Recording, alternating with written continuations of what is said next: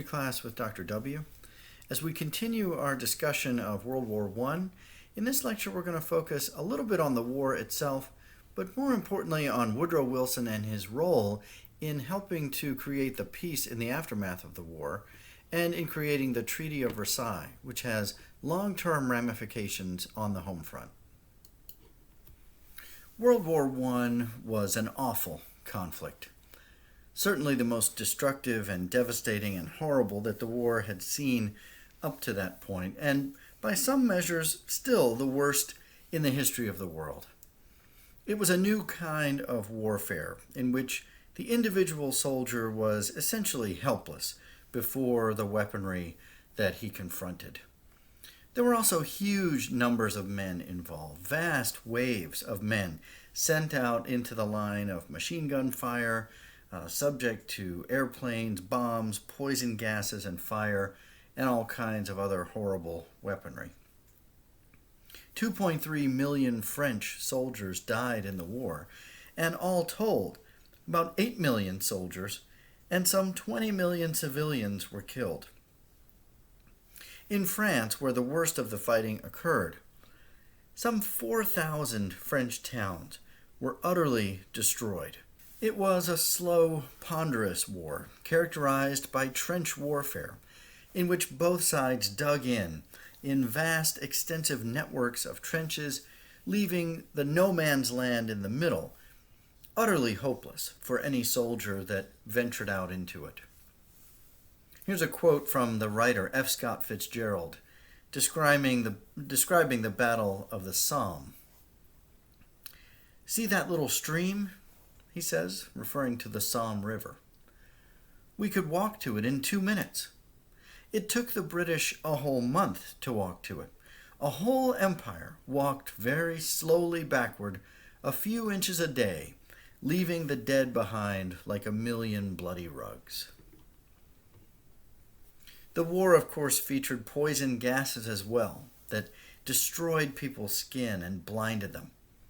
An entire generation of men was either lost to the war or came back from it missing limbs and profoundly scarred.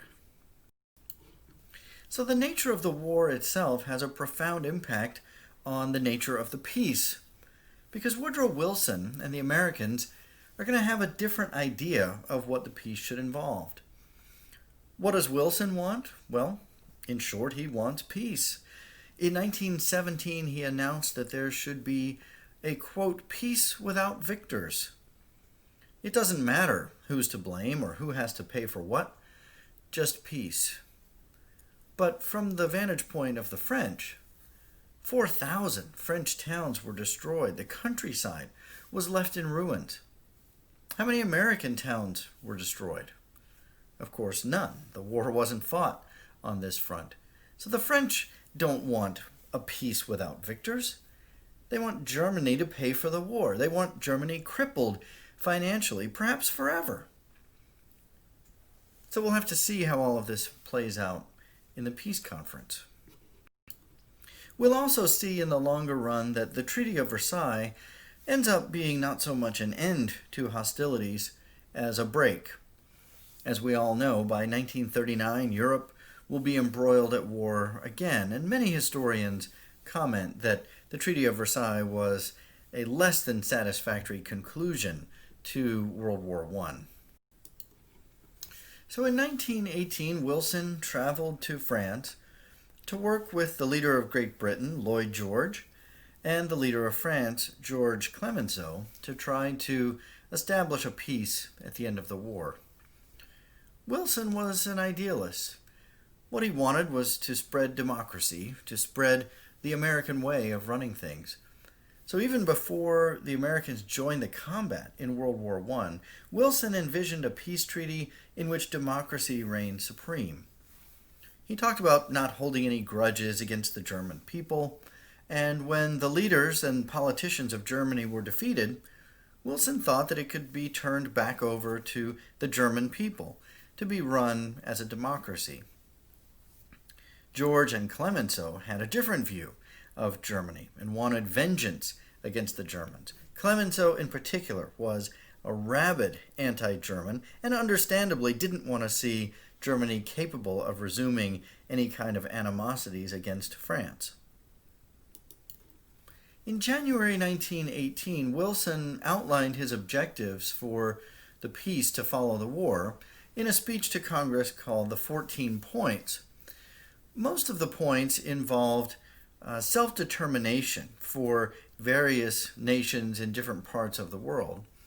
But the 14th point, which we're going to talk about quite a bit more, involved the creation of an association of nations called the League of Nations to ensure political independence and territorial integrity to great and small states alike. Point number 6 involved Russia, and while the history of Russia in this period is really too complex for us to go into extensively, it certainly has long-term ramifications, both in the era that we're going to be discussing in this course, and perhaps more pointedly, even beyond, into the era of the Cold War. In short, in 1917, the war was going very badly for Russia, and the Russian government eventually collapsed. The reign of the Tsars ended, and in July 1917, Tsar Nicholas II and his family were executed. The Russian army was in a shambles, leadership was weak, and in October 1917, a group known as the Bolsheviks, led by Vladimir Lenin, ascended to power. They quickly installed a socialist form of government, breaking up large estates and dividing them amongst the peasants, placing factories under worker control, breaking up church property, and so on. In March of 1918, Russia signed a separate peace with Germany to get out of the war, and then descended into civil war. Lenin and the Bolsheviks, who ultimately prevailed in that war, preached that the world should have no social classes, and they began to win followers in other nations as well.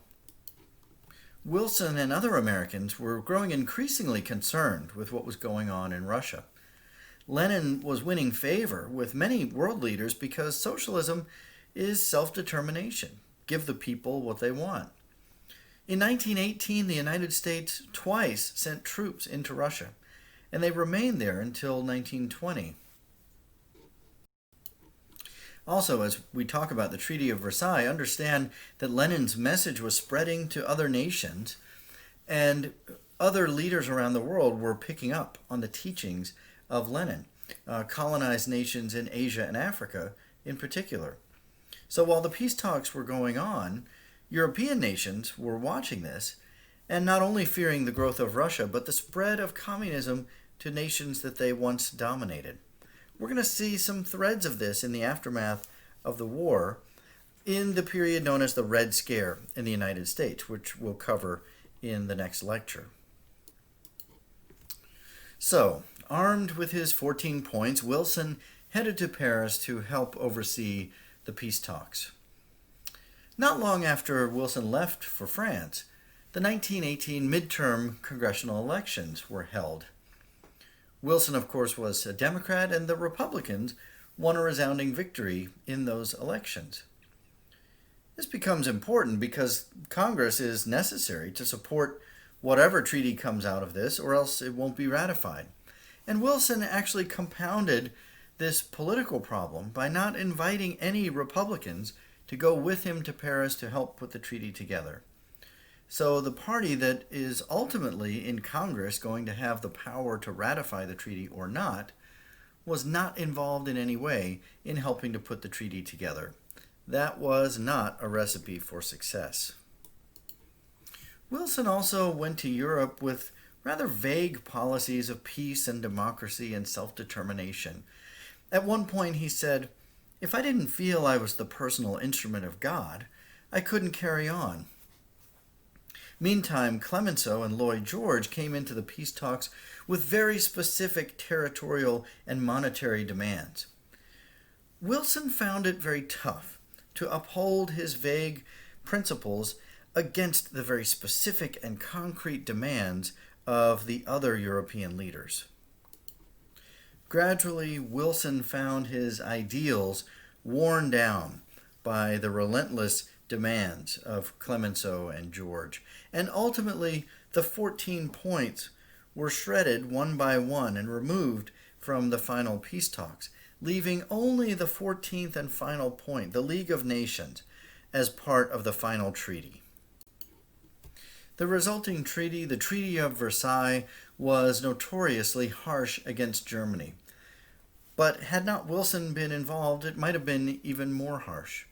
The Germans were forced to concede guilt for the war, and those of you familiar with the origins of the war know it was much hazier than any one nation to be responsible for. Germany also was obligated to pay reparations for the war, which were determined by a special commission, and that commission later decided that the amount Germany would have to pay was $33 billion, which was an enormous sum at that time, and the Germans, of course, would never be able to fully pay for that. We're going to talk much more about the ramifications of that later in the course. And then the lingering question was what would come of the League of Nations, and clearly any kind of assembly of nations would be much weaker if the United States was not involved. So it was going to be critical for the League of Nations that the United States ratify the Treaty of Versailles and join the League. So Wilson brought the treaty back to the United States to be ratified by Congress, a Congress which, recall, he had alienated by not incorporating them into drawing up the treaty. The aspect of the treaty that caused the most problems was Article 10 of the Covenant for the League of Nations. Article 10 mandated that all members of the League would guarantee the territories of the other nations, and that they would ostracize any nation that went to war against one of the other nations. In effect, it was a grand alliance, which would have completely abandoned the old favored American policy of neutrality and isolation. Many U.S. congressmen hesitated to sign the treaty that would have obligated the United States to be tied to other nations.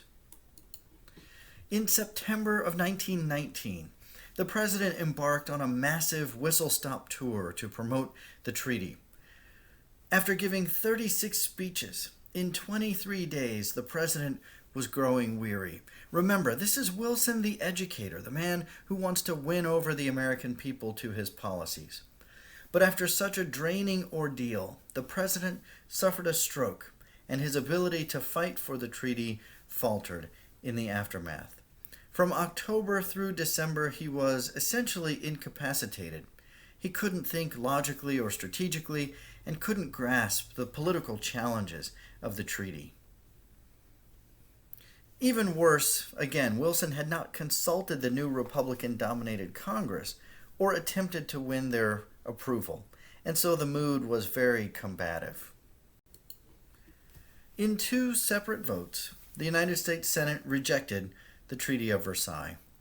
The United States never signed it. We officially ended hostilities by signing separate peace treaties with each of the Central Powers. But we never signed the Treaty of Versailles, and we never joined the League of Nations. We'll talk further about the outcomes of World War I and the meanings of the peace in the following